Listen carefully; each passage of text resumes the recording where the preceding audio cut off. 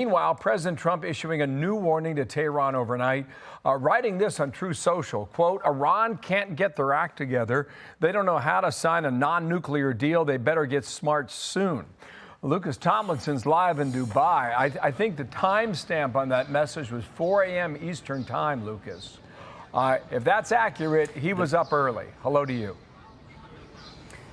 There's no question, after a late night at the White House hosting that state dinner, King Charles and Rory McIlroy, Bill. Now, this congressional panel ostensibly is to talk about President Trump's new $1.5 trillion defense budget that equates to about 5% of the U.S. economy. Back in the Reagan years, the high water mark was about 6%. The low water mark during Jimmy Carter's presidency, 4.5%. So some say this budget increase is long overdue and expect many questions about the 2-month-long war against Iran. The last 21 days under a ceasefire. Now the Wall Street Journal reporting that President Trump has told aides to prepare to extend the blockade on Iran that has been in effect for the past 2 weeks. The blockade in Iran's storage tanks are nearing capacity. Bill, it might be forced to shut down oil production in the next 3 weeks with risks of permanent damage. And while the blockade aims to shut down trade inside Iran, its effects also being felt at home as the price of gasoline is now the highest in America in 4 years. Iran feeling the pain too. Its currency has plummeted to a record low, trading at around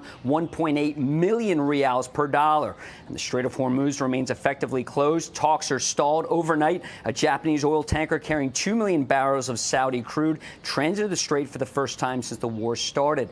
And more oil could be flowing from here in the UAE after the Emirates left OPEC yesterday, nearly 60 years after its founding.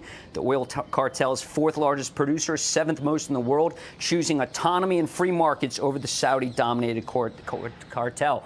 So Secretary Hegseth and General Cain are expected on Capitol Hill within the next hour. It could be a little sporty in there, Bill. Keep it right here on the Fox News channel for the latest. Sure will. Good to have you back there in Dubai, Lucas Tomlinson. Thank you, Lucas. Dana? And for more on this, let's bring in Republican Senator Tim Sheehy of Montana. He's a member of the Senate Armed Services Committee. Around 4 a.m. or so, the president posted something that basically had a pretty provocative picture and said, "No more Mr. Nice Guy."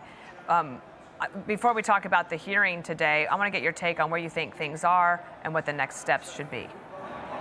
What we've effectively done now, Dana, is we've debilitated Iran's capability to project power and terror around the region. As you know, whether it's the Houthi rebels, Hezbollah, Hamas, or other proxy groups around the Middle East, Iran has long been the largest state sponsor of terror.